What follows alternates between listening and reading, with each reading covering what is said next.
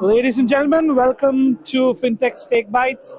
We are doing the Token Minute Bites. We are at the WOW Summit today, second day, pretty buzzy. A lot going on, art, WOW and all other stuff organized by Ubicoin and Matespire. But with me is a special guest today, Mr. Sougata Basu, founder of CashRich, also one of the key people in Indian fintech, visiting Hong Kong today on a family trip. Managed to drag him across to attend this event, but also get to know him better. Welcome, Sougata ji. How are you today? Good. Thanks, Musheer. And it's really great visiting Hong Kong. And this event has been really nice. And I actually listened to your panel, and the insights were great. That's very kind of you. I'm glad we had some people in the crowd to listen to us and paying attention. Sougata ji, tell us a little bit about CashRich, about your journey as a fintech entrepreneur. Sure. So I was working with Tata Group, and I was managing assets of around $2 billion. And then I decided to quit the job and get into this fintech world. And it has been an amazing experience till now. So basically with CashRich, we are trying to simplify the way people can invest their money. And we are making the process entirely digital. And it's not only for Indian residents and citizens, but even NRIs can invest through CashRich. And Hong Kong seems to be a good market with a lot of Indians, so we'll see how we can help them invest their money in Indian mutual funds.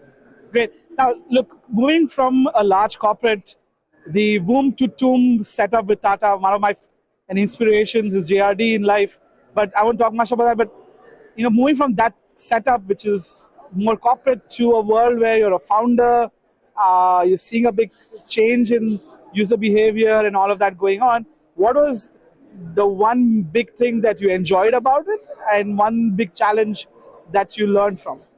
Sure. So the thing which you enjoy in a startup is that if you come up with an idea in the morning, by the evening you can execute it and release it to all your user base, and they can really, give you amazing feedback immediately, whether your idea has worked or not. But in a larger corporate setup, things take time. You can't really execute so fast. So that's a good part of being in a startup. On the other hand, in the startup system, you don't have so many departments, and you have to take a lot of ownership. So it's not like you can outsource your work a lot. You have to take ownership, and that's why you have to work a lot more. Okay. Tell us a little bit about the Indian fintech ecosystem and the growth. It's been tremendous growth over the last 10 years in particular. So what were the drivers for this big growth? And what are the things that people can look to come out of the Indian fintech in the coming years? Sure. So I've been observing this fintech trend since 2015, 2016 time, when the word fintech was not so common. And because the Indian government had put a lot of effort in creating the digital public infrastructure, the India stack with Aadhaar for digital KYC, and UPI, which has seen phenomenal growth. India is on the top markets globally for fintech, and over a period of time this will further grow because of the financialization as well as digitalization of Indian ecosystem. A lot of money will come from property and gold to financial markets. That's why we are seeing more than $2 billion of SIPs per month. Yeah. And that will keep increasing.